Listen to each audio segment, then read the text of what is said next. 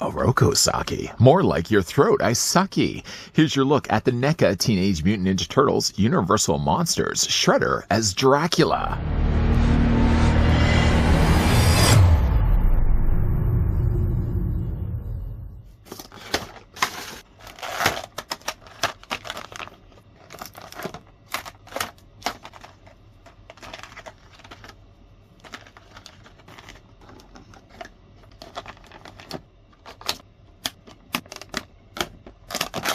NECA presents the next release in their Universal Monsters Teenage Mutant Ninja Turtles action figure line, paying tribute to the world's most famous turtles and universal icons of horror.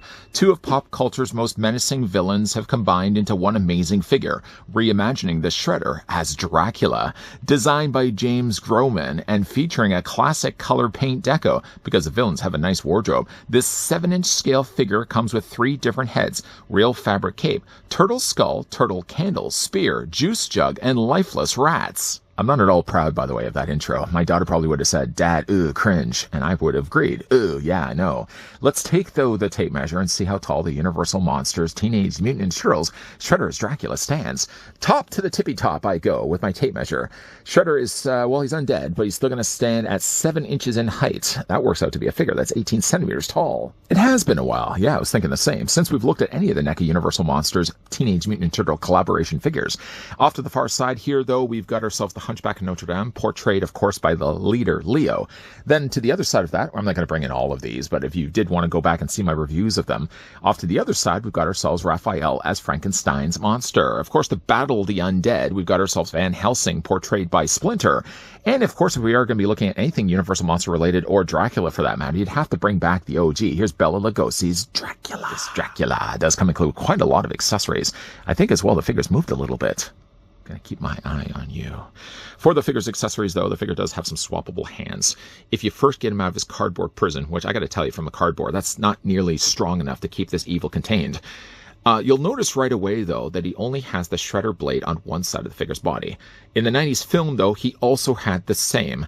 Although, if we start now collaborating, crisscross and applesaucing this figure with the Universal Monsters, I think it also could have been a prime time that they threw the blade on this side of the figure's body as well. Disappointing, though, in the meantime, that he only has a non-bladed hand on one side. You'll still notice, though, that the non-blade hands, each of the piggies that go to the market, apparently are going with very sharp fingernails. These nails are so sharp, in fact, they probably claw your eyes, rip open your throat, all the gruesome things that Draculas would do.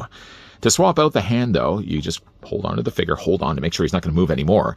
Just wiggle the hand off, put it off to the side, then choose which hand you want to use. Now, we are also going to be looking at the spear, so based at least on that, I might actually go with the more smaller C-clamped hand, because the larger one is actually more just, again, a whoosh, whoosh, whoosh, clawing hand.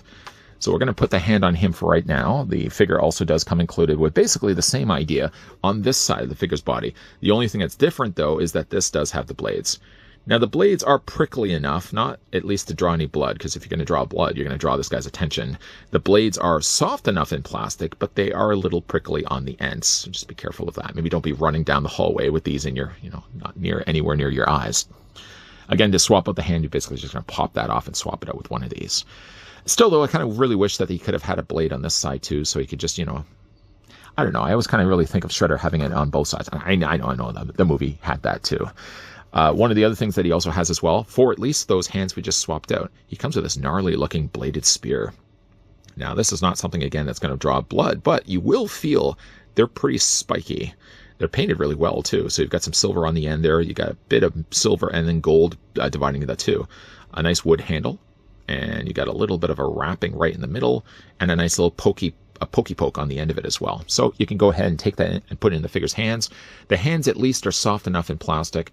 I wouldn't really recommend that you need to even heat this up at all. Just go ahead and take the spear and pop it in his hand. Now, if you want to do that on the other side of the figure's body, we've already established the fact the figure does have a gripping hand, so you can certainly display it. I feel like if he has this on here, I don't feel like I would rather probably just have the spear on that side. That's just entirely my opinions of things like that.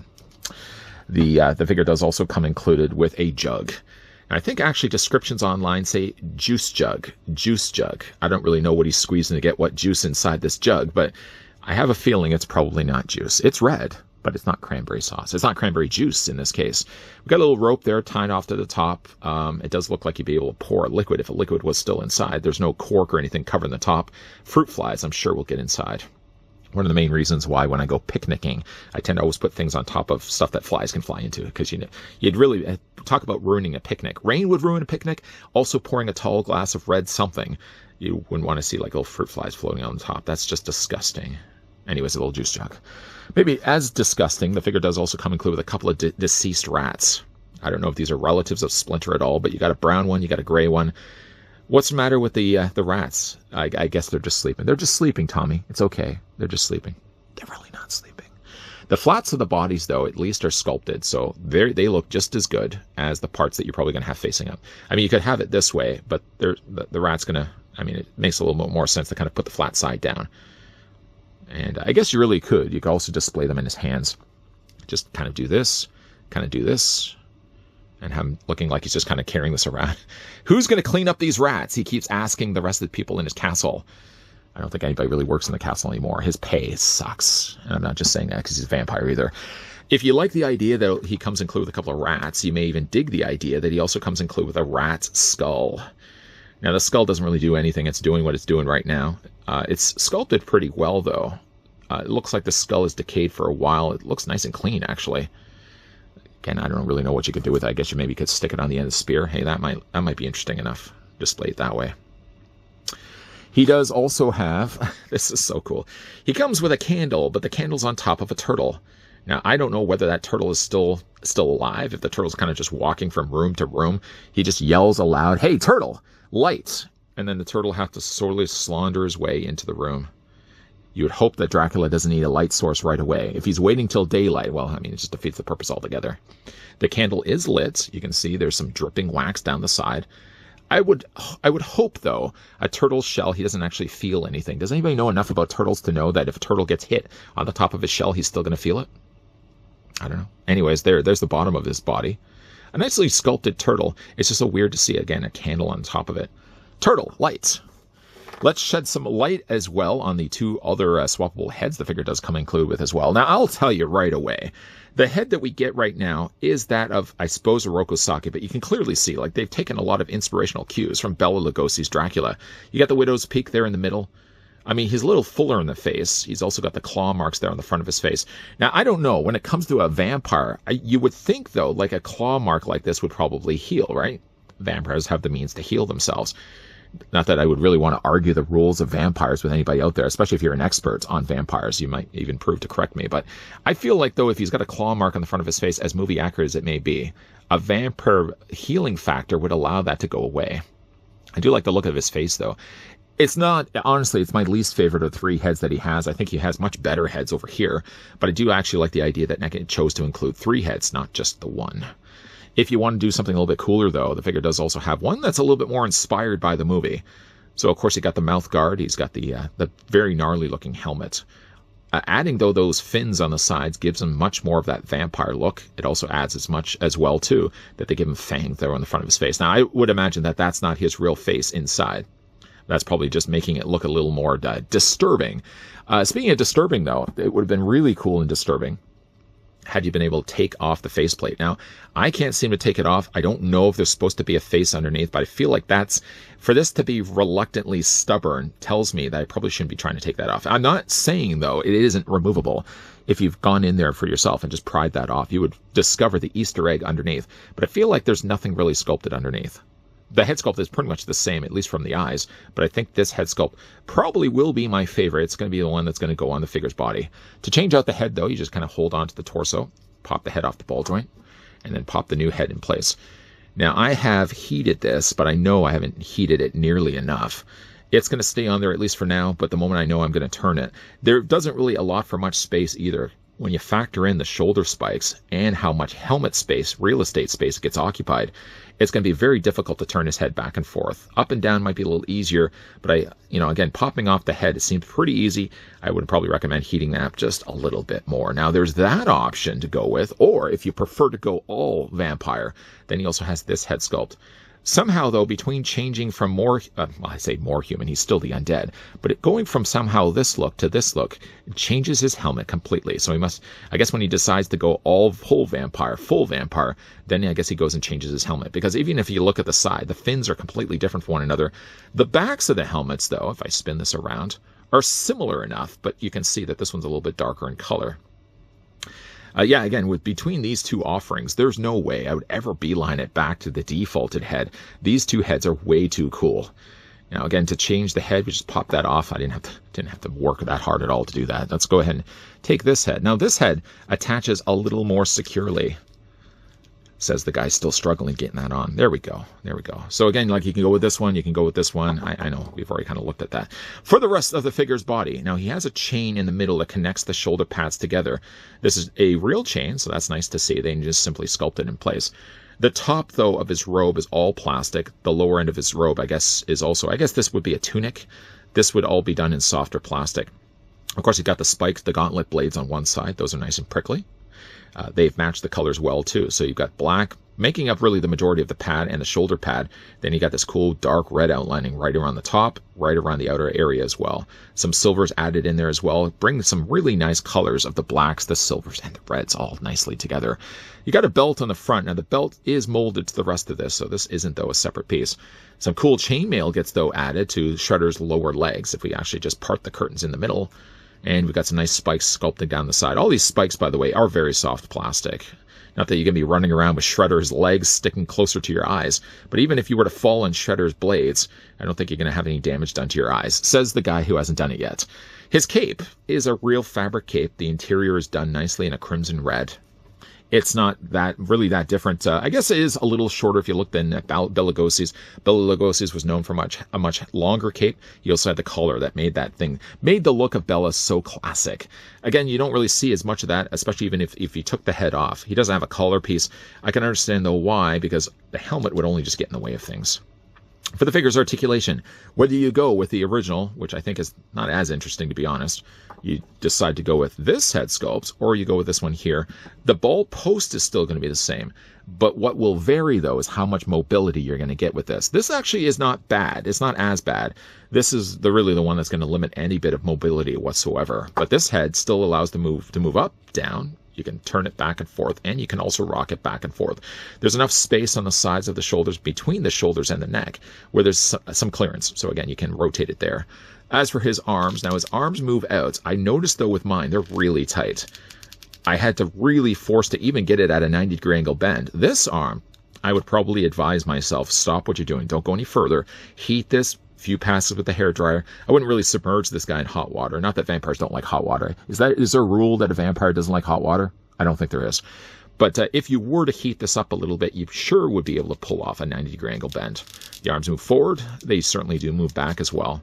The figure does have a hinge here and a hinge here. Between those two, the figure does have a decent bend in his elbow. Hands rotate also all the way around. You can hinge those back and forth. The upper torso, despite really looking at like it's one piece, he does have a ball joint, so you can move it freely around. The legs split out about that far. You can take the legs and move them forward. You can move them back. There's a swivel there at the top of the thigh. I know it's a little harder to kind of see if we move everything out of the way. There's a swivel right there. There's a double hinge on the knee. There is no real articulation right here because basically I guess the lower leg is still going to rotate, but it's more or less rotating right up here. The feet do move up and down. They rock back and forth. And, just to say as well, I like that there's some Bram Stoker Dracula incorporated here, kind of with that crimson armor that he has in that flashback. Somewhat similar, although it's just done here in black instead of red. Yeah. Shredder's Dracula is a fantastic figure. Taking those some cues initially from Bela Lugosi's Dracula, I could kind of see a little bit of the inspiration. Maybe some of the more of the inspiration actually comes from the defaulted head, even though that really honestly is the least favorite one of the three that we get here, the three offerings. And of course, if you already have been collecting the Universal Monsters, it has certainly been, though, a while since we've actually even looked at any of these on this channel. I think there's a few that I never got the chance to pick up. I think Casey Jones may have been one of them. And I feel like there was also, I think it was the Creature from the Black Lagoon, Leo. It was a real weird thing, too, also with the Universal Monsters turtle figures, because they started to double dip after a while, the same turtles. I mean, once you kind of run through the 4 turtle brothers, to then go back and do those brothers again. Wait, that doesn't sound right. To go back and do like a Leonardo again as the creature from the Black Lagoon, it's kind of hard by then because, you know, we already have a Leo. I guess we kind of ran out of turtles before we ran out of monsters. Still, in the end, though, Turtles and the Universal Monsters have been a good collaboration. And I think the best one that we've gotten, one of the best certainly, has been Shredder as Dracula. I love the look of Dracula. Always really been a big fan of Bela Lugosi's Dracula. And there's something to be said about when you take Shredhead and you combine him with a vampire bat. The end result is terrifying. Whether you want to, again, go with that head sculpt, the more or less interesting one, or this pretty cool one that's inspired by the 90s film.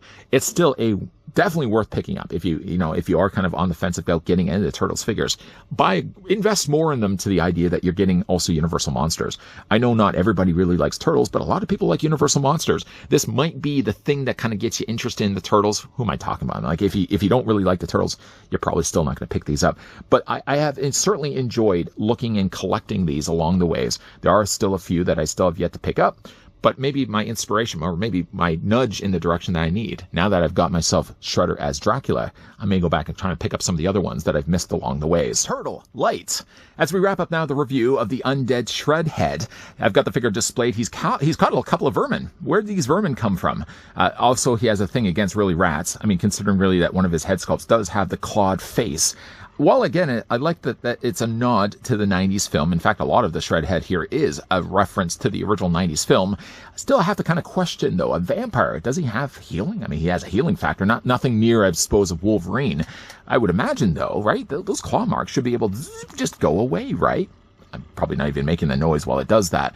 The thing I also really like about Dracula, though, is the back of his cave have little points. I mean, that's a thing that most Draculas, you kind of think, okay, Batman does have that. Draculas don't tend to do that. I mean, most Draculas seem to have like a flat bottom, but I think it works really well with Shredder.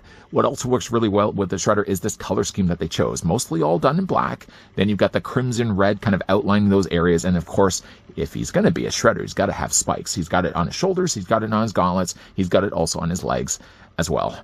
Choosing really which head to go with is really the hardest thing to do with Shredder, because you have, I feel, 2 good heads out of the 3. The defaulted head is not my interest. I'm not interested in that at all. But the one that looks a little kind of like the movie and this one are definitely the better of the 3. I think when displaying this on the shelf, I'm likely going to be going with the one that you're seeing right now. If he's going to go full Dracula, he's got to go full Dracula. And this head sculpt's going to really work well for that. Having, though, the glowing eyes is also a really nice touch, too. Darkening the color in the red around the white little beady pupils that he had. Ding, ding, ding, ding. Tiny little pupils make this guy even more menacing and sinister. What do you guys think of Shredder as Dracula? Let me know down below in the comment section. I know it has certainly been a while since we've looked at any Universal Monsters and Turtle figures for that matter. But of what we've looked at, what would you say has been the most successful Turtles Universal Monster? Could it maybe have been Shredder? Maybe it's a completely different character altogether. I still like the Leo. I think Leo as Hunchback is still a cool figure. I still haven't looked, though, at Leo at being the creature of the Black Lagoon, because I just, again, feel it's weird. We've already run through the gambit of picking all the turtles, and we've matched them up to their corresponding monsters. To go back to that again and say, okay, now we've got another Leo, and this time he's the creature from the Black Lagoon. I feel like they probably should have changed and picked different characters instead. If you guys did enjoy this video, you can do it a solid, throw it a like. You guys want to stick around for more so? I hope so. Yeah, I do. Hit that subscribe, turn on that bell. If you also need a fix and maybe need to go back and play catch up to all the things I've done in the past when it comes to NECA, when it comes to Turtles, when it comes to Universal Monsters, there's not enough room to have all 3 of those things, but at least 2 of those playlists will be popping up at the very end of this video. As always, thanks for watching. See you guys next time.